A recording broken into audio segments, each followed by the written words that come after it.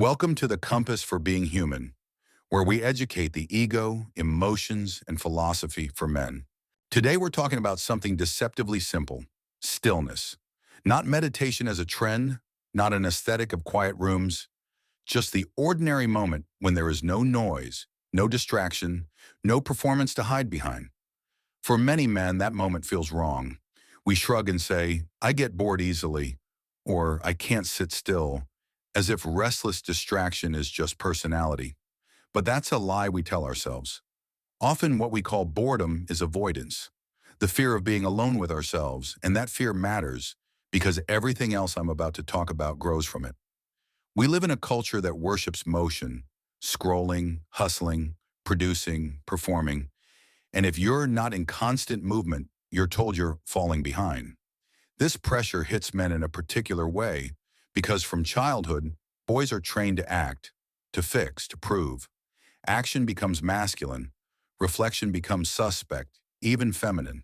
So we learn early that stopping means losing value, and silence begins to feel like failure. That's not nature, that's conditioning. It explains why so many men unravel the moment the noise stops. After a breakup, job loss, or the first quiet night at home, they are not simply alone, they are alone with a self they never met. There's a striking study from Science magazine in 2014 that makes this plain. When asked to sit quietly with their thoughts for 15 minutes, many participants chose to administer mild electric shocks to themselves rather than endure the silence. Men were roughly twice as likely to take the shock. That isn't a quirk. It's avoidance in action, and once the silence is unavoidable, something else happens. Because when external distraction ends, internal voices show up. Old regrets, small humiliations, unprocessed sorrow, shame that's been packed away. If you never practice tolerating those voices, they come across as catastrophic. So you drown them out with booze, screens, extra hours at work, novelty, anything that spikes dopamine. And dopamine is part of the problem. Dopamine drives anticipation and novelty. It rewards the chase. Serotonin, by contrast, is the chemistry of contentment, the quiet satisfaction of being present without needing another hit. Men raised on constant stimulation habituate to dopamine. Stillness becomes withdrawal. Peace feels like boredom because the nervous system doesn't know what to do with low stimulation satisfaction. In short, addiction to excitement makes stillness feel empty, when in truth, stillness is where sustainable contentment lives. We also confuse chaos for depth. Many men equate spontaneity and unpredictability with charisma, believing that being loud, always on, or unpredictable makes them more interesting. But psychology separates personality traits like extroversion and introversion from moral value. They describe how people recharge, not their worth. Extroversion means you get energy from others. Introversion means you restore energy alone. Both are valid. Where a problem arises is when extroversion becomes compulsive, when a man cannot tolerate solitude and treats constant interaction as validation. That's dependency, not strength. And this misunderstanding shows up most clearly in how men think about attraction. And when it comes to attraction, research shows that long-term partner preferences emphasize emotional stability, kindness, and reliability over novelty seeking. Women, broadly speaking and across cultures, prioritize traits that predict safety and consistency because those qualities sustain intimacy and family life. So the man who can sit in stillness, who can be present without performance, radiates safety. Safety is not the opposite of passion, it is its foundation. Stillness does not make you boring, it makes you trustworthy, and trust is where desire deepens into something real. Here's another reality many men resist.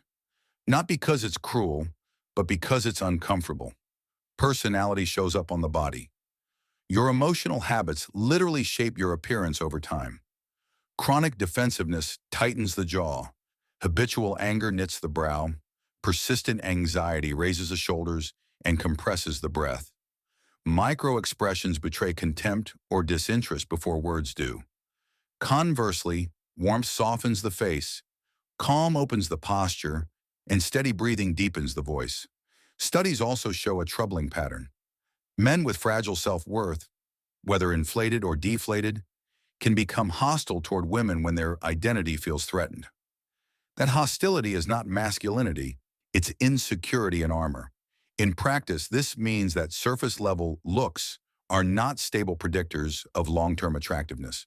Character leaks out through gesture, posture, tone, and presence. Emotional maturity changes the body and the field you present to others. So if you think being the loud, chaotic, interesting guy is the surest way to attract a meaningful partner, you're mistaken.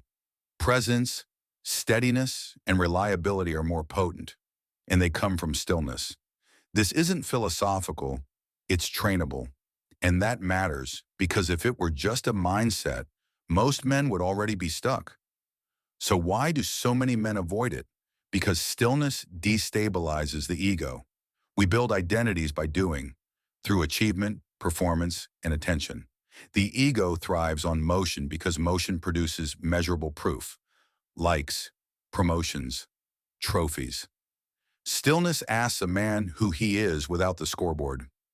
No job title, no audience, no proof, just the question. That's terrifying. It threatens the brittle construct we call identity. And when identity feels threatened, people react defensively, lashing out, numbing, impressing. The patriarchy sells a convenient lie. Be loud, be dominant, keep moving, you'll be safe. But what that system actually does is trade inner life for external validation. The result is emotional bankruptcy. Men with status and power who cannot sustain intimacy, who cannot grieve, who cannot be present for their children or partners. That's not strength, it's a deficit. So how do you start to change this? Start small and intentionally. Stillness isn't a performance, it's practice. Walk without music, drive without the radio, sit for 3 minutes and notice your breath. Journal not to craft an image, but to know what you actually feel. Feel the urge to reach for your phone and sit with it for 30 seconds. Notice the churn in your body, name it, and let it pass. These are tiny acts that train your nervous system to move out of dopamine dependence and into serotonergic contentment. You will feel resistance. That resistance is the evidence that you're doing something necessary. It's the initial discomfort of detoxing from stimulation. There will be moments where this process will feel lonely or emasculating because you've been taught otherwise. Expect that. But remember this, the men who can sit with themselves are not fragile. They're stable. They do not rely on others to prop up their worth. They do not need to perform to feel alive. They are safer partners, steadier fathers, more reliable friends. They are the men people want to trust. And the proof of this is biological and social. Calm, regulated people tend to produce safer, happier environments for those around them. If you want something practical to try this week, choose a single routine and stillness-proof it. If you commute, commute with silence one day. If you exercise, spend 5 minutes cooling down in silence rather than scrolling. If you lie awake, allow 2 minutes of focused breathing before you reach for your phone. Each of these is a small test. Can you meet yourself without distraction? Over time, those tests become a muscle. Over time, you'll discover that peace is not something you chase. It's the place you return to when you stop running. Finally, remember that this is not about being less. It's about being more. Masculinity is not served by perpetual motion. It is deepened by presence. Stillness is not surrender.